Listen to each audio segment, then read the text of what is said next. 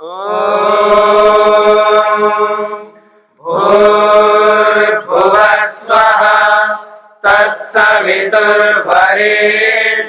भर्गो देवस्य धीमहि धियो यो नः प्रचोदयात्।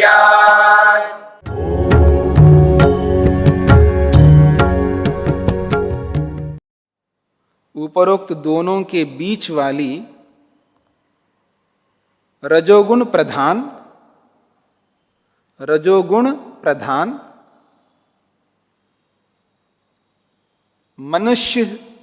मनुष्य सृष्टि होती है। मनुष्य सृष्टि होती है।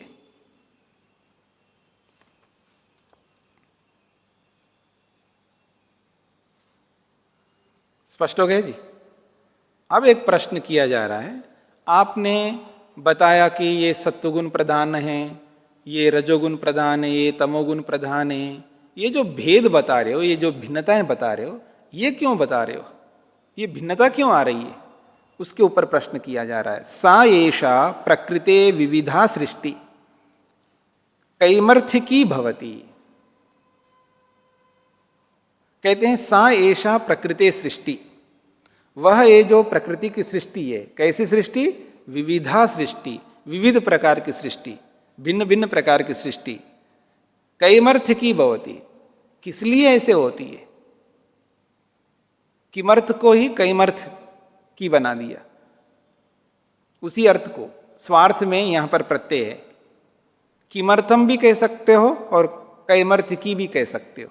मतलब किस लिए ऐसा विविध प्रकार की सृष्टि है? अत्र उच्यते, इसका समाधान किया जा रहा है।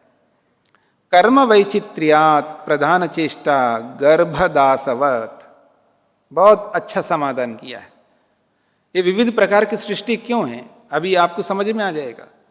मैं बताता हूं ना, अब कोई काला है तो कोई गोरा है, कोई लंबा है तो कोई नाटा है, कोई गोल चेहरा वाला है तो कोई चपटी चेहरा वाला है, कोई लंबा चेहरा। चेहरे में भी अंतर, नाक में अंतर, आंखों में अंतर, कानों में अंतर, ओठों में अंतर, दांतों में अंतर, उंगलियों में अंतर, पांव में अंतर। किसी का पांव लंबा है, किसी का मध्यम स्तर का, एक बिल्कुल छोटा सा पांव है।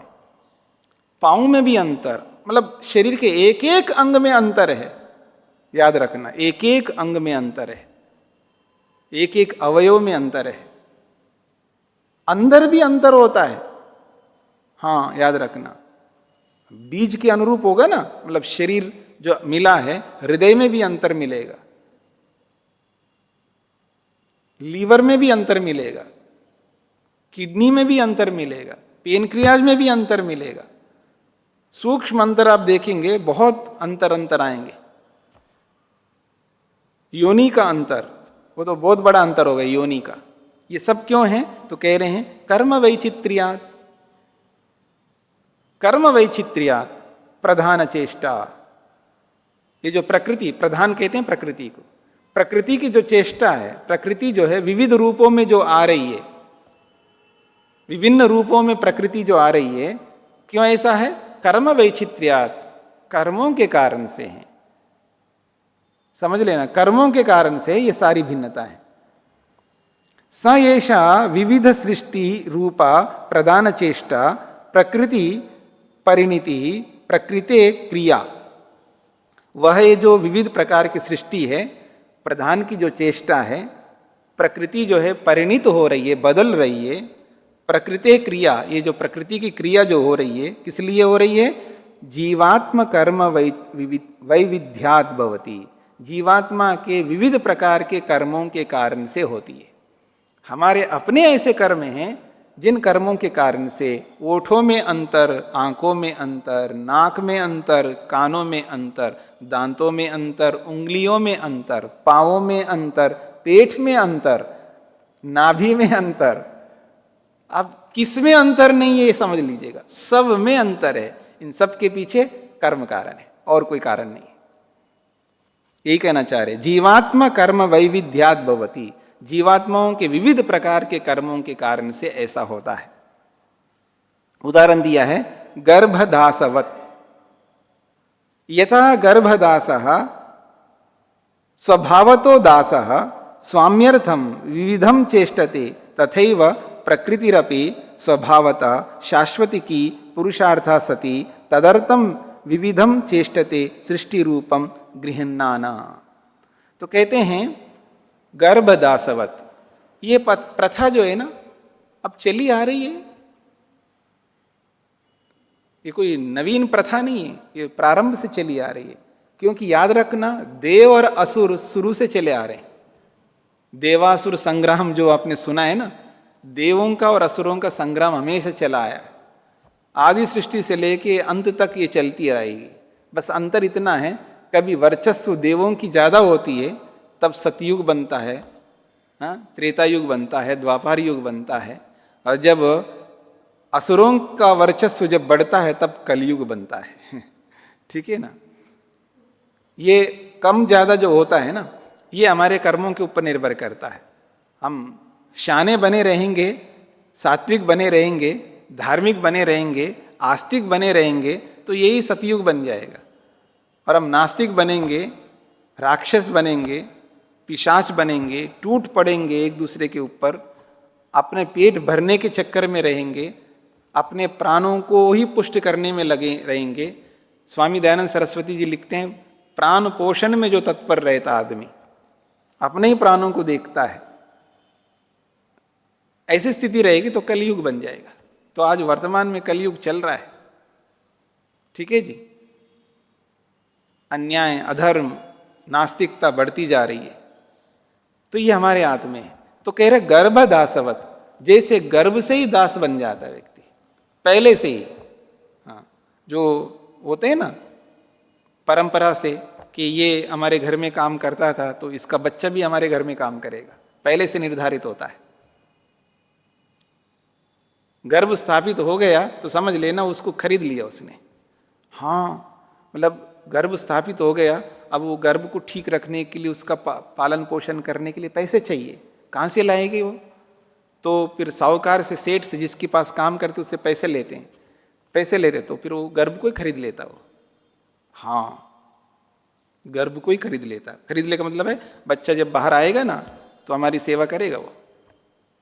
लो, ऐसा कर सकते हो तो पैसे ले जाना।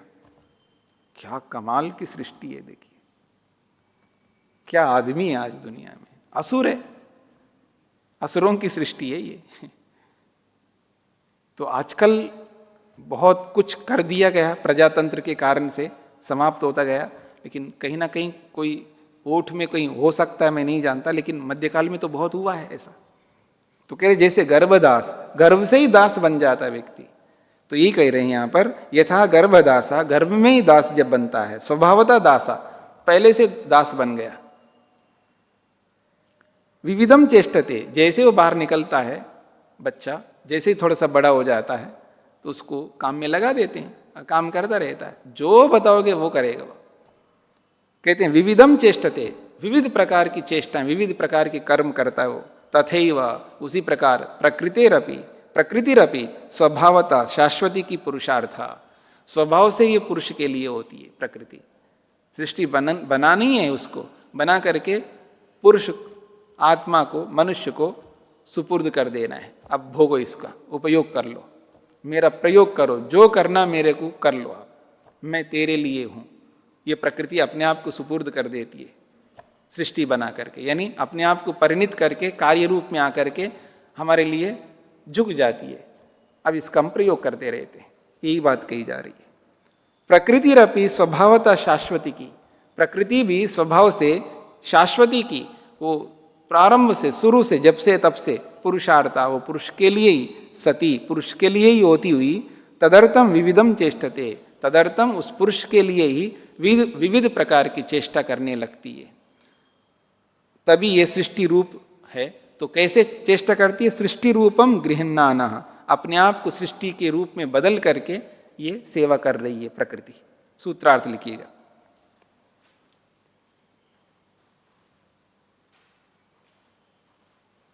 विविध सृष्टि रूप प्रकृति की चेष्टा, विविध सृष्टि रूप प्रकृति की चेष्टा,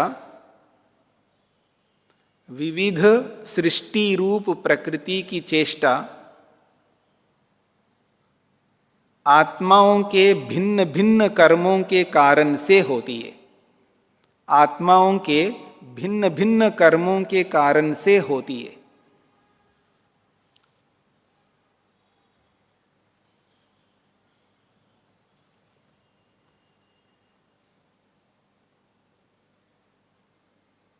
स्पष्ट हो गया जी।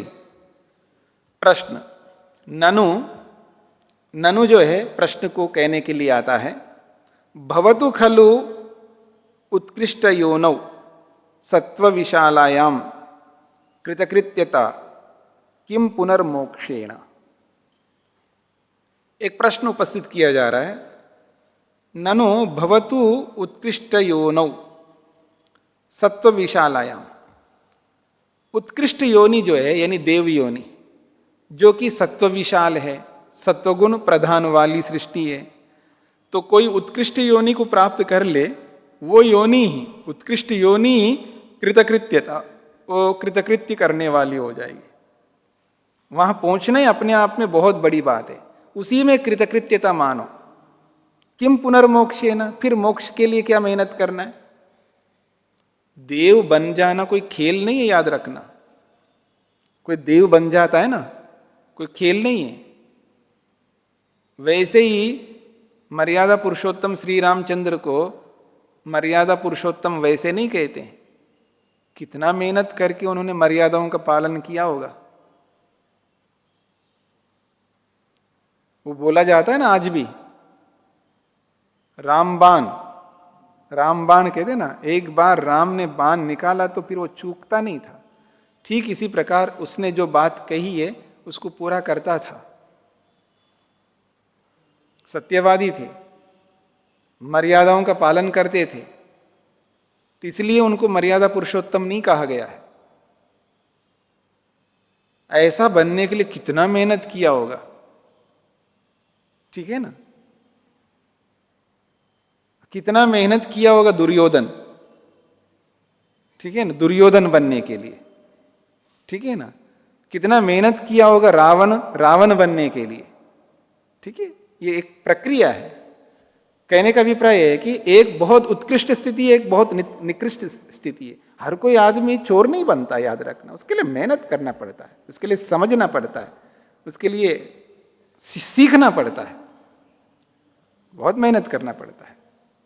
अभी यहाँ जब होता है ना, क्या बोलते हैं आप, यहाँ मेला लगता है ना, उर्स मेला लगता है या पुष्कर मेला लगता है, अलग अलग मेला लगता है, तब चोरों का जो गैंग्स होते हैं, उनकी टोलियाँ होती हैं, बड़ा मेहनत, भारी मेहनत करते हैं। बहुत बड़ा उनका तंत्र होता है, बोलियां लगती हैं, याद रखना। अब आजकल पेपर में नहीं आता, पहले पेपर में भी आता था। हाँ, पहले आज से 10-15 साल पहले, 15 साल पहले की बात मेरे को अच्छी तरह याद है, तब पेपर में आता था। जब मेला लग रहा हो तो उससे पहले वो बोली लगती थी चोरों के टोलियों की, कौन सा टोली इस मेले का दायित्व लेगा। ठीक है ना। हाँ, आप में से किसी को याद है, याद है ना आपको? मेरे को अच्छी तरह याद है, आज से 15 साल पहले, आजकल मेरे को पता नहीं है, आया होगा, क्योंकि मैं आजकल पेपर नहीं पढ़ता हूं ना, तो पता नहीं है। तो पहले मैं देखता था कि बोली लगती थी उस समय में, 15 साल पहले की बात कर रहा हूं, 80 लाख का ठेका, 80 लाख में, पता है कितने दिन का है मेला? तो कितने, 7 दिन का लगता है। 7 दिन के मेले के लिए 80 लाख का ठेका गया था उस समय चोरों का, पेपर में आता था उस समय। कितना मेहनत करते होंगे वो, कोई कम मेहनत नहीं है, वो निकृष्टता का मेहनत है। हाँ, निकृष्ट बनने के लिए भी इतना मेहनत करना पड़ता है, देखना, निकृष्ट बनने के लिए भी इतना मेहनत करना पड़ता है।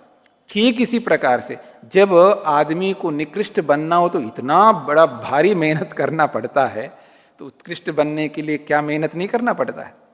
ऐसे कोई उत्कृष्ट बनता है ना, तो उत्कृष्ट तो बहुत विशेष होता है, उसके लिए तो और ज्यादा मेहनत करना पड़ता है। मतलब झूठ बोलने में ज्यादा मेहनत नहीं करना पड़ता है, सत्य बोलने में मेहनत ज्यादा करना पड़ता है, कि सबको खुश रखते हुए सत्य बोलना पड़ता है ना। सबको अपने फेवर में करते हुए सत्य बोलना पड़ता है, तो उसके लिए मेहनत करना पड़ता है। तो देव बनने के लिए बहुत मेहनत करना पड़ता है। यही कहा जा रहा है यहां पर कि इतनी बड़ी योनि है देव योनि, उसी में कृतकृत्यता मान लो ना, उसके अतिरिक्त तो मुक्ति के लिए क्या मेहनत करने की जरूरत है, यह प्रश्न है। अत्र उच्यते, इसका समाधान किया जा रहा है।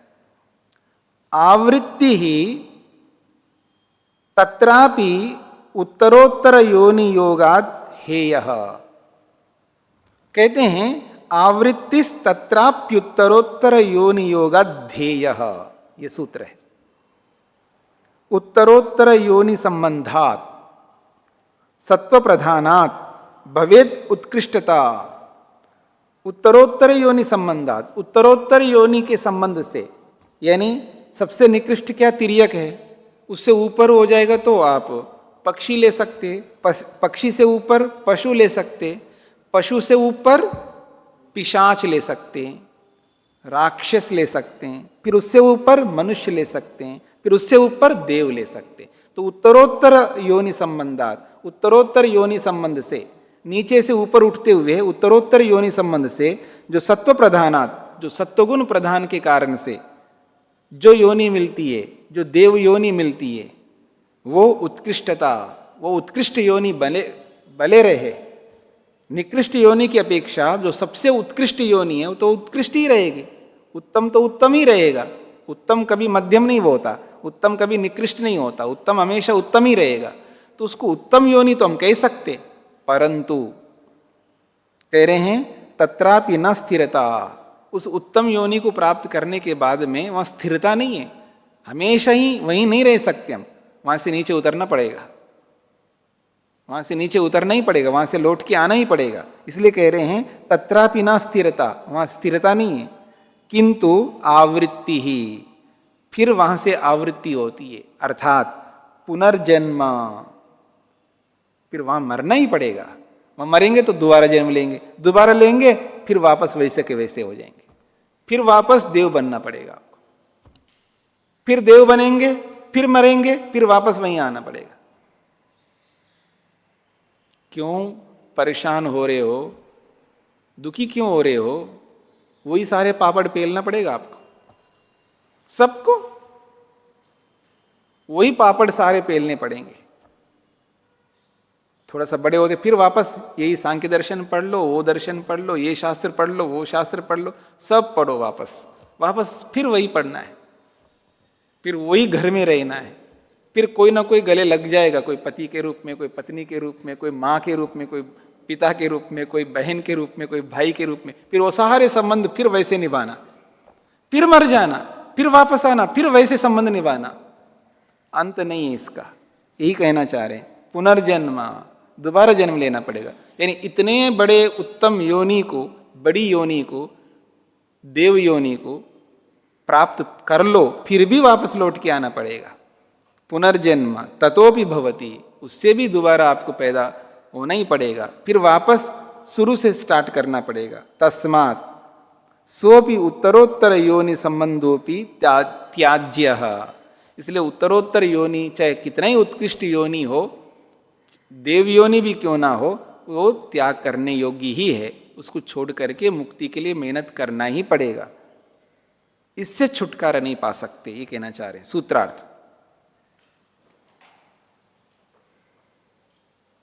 उत्कृष्ट सत्वगुण प्रधान योनि से भी, उत्कृष्ट सत्वगुण प्रधान योनि से भी, उत्कृष्ट सत्वगुण प्रधान योनि से भी पुनर्जन्म होता है।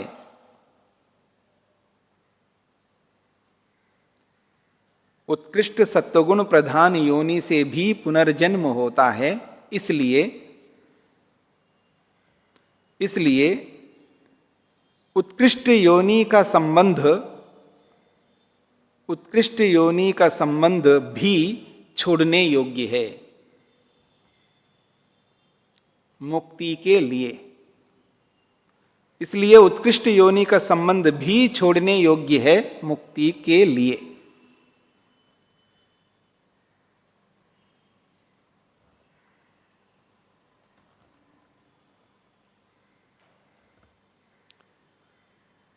भले ही आप प्राप्त कर लीजिए उत्कृष्ट योनि, वहां पर भी कुछ समस्याएं रहेंगी आपको।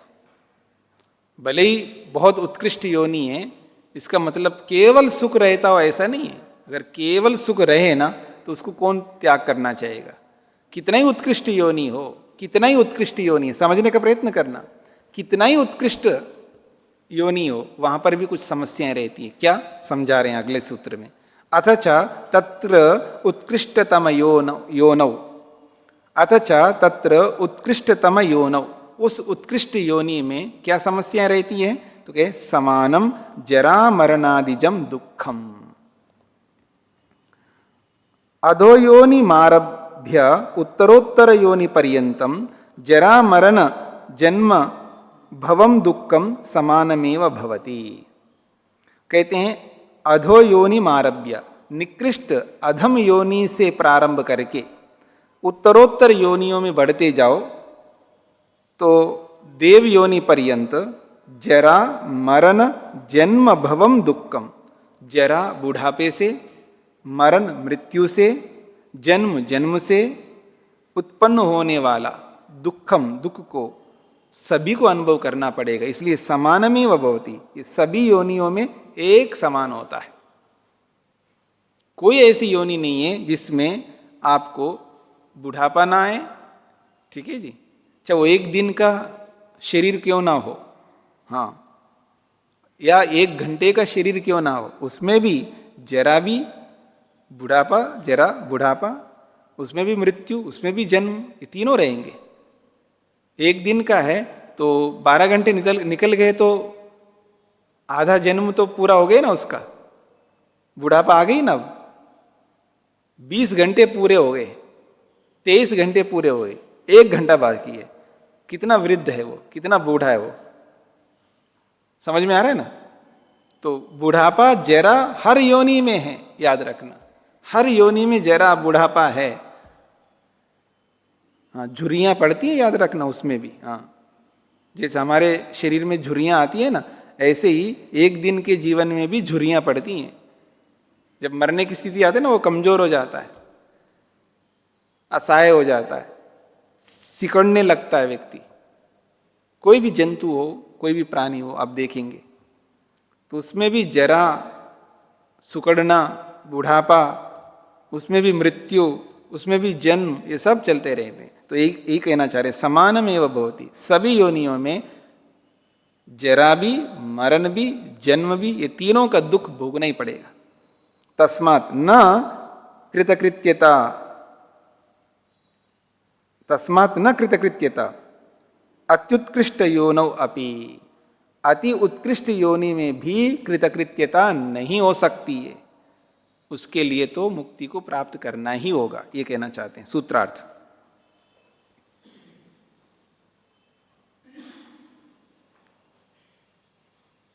स्थावरादि योनि से लेकर, स्थावरादि योनि से लेकर, स्थावरादि योनियों से लेकर उत्कृष्ट योनि पर्यंत,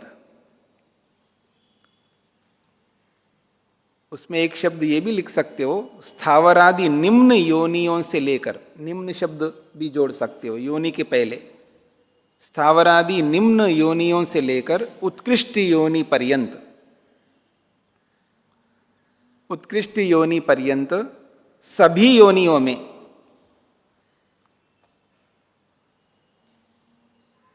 सभी योनियों में बुढ़ापा, मृत्यु, बुढ़ापा, मृत्यु और जन्म से,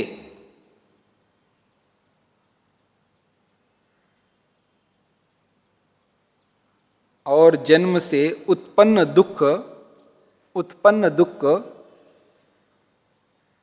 सबके लिए समान होता है, सबके लिए समान होता है।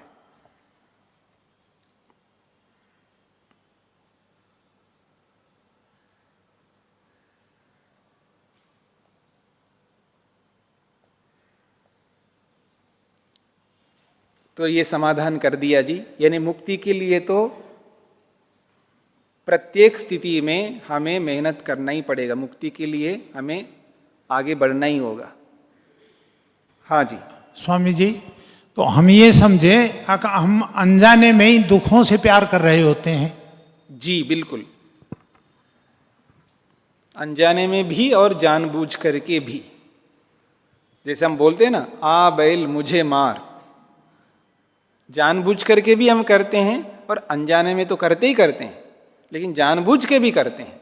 और याद रखना, जानबूझ करके ज्यादा करते हैं। समझदार व्यक्ति जानबूझ करके ज्यादा करता है, ना समझ व्यक्ति तो अनजाने में करता ही करता है। जब समझ आ जाती है हमको तो तब और ज्यादा हम उसको करते हैं। जब उसको बोला जाता है ना, हाँ जी, हाँ जी, हाँ जी, माइक दीजिएगा उनको।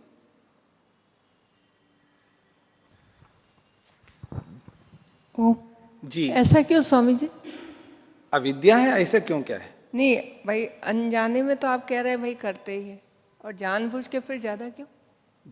वही है, अविद्या है। मैं आपको कहूं, आपके सारे, मेरे को पता नहीं आपके कर्तव्य पूरे हुए नहीं हुए, मान लीजिए, किसको कहूं मैं जिनको जानता हूं उनको कह सकता हूं, जिनको भी जानता हूं जिनके सारे कर्तव्य पूरे हो गए, निकलो ना, आ जाओ ऋषि उद्यान में आके रहो, दोबारा मुड़ के नहीं देखना घर को, जाना ही नहीं, आपके कर्तव्य पूरे हो गए। नहीं छोड़ता व्यक्ति, क्यों? जानता है छोड़ना चाहिए, सब जानता है।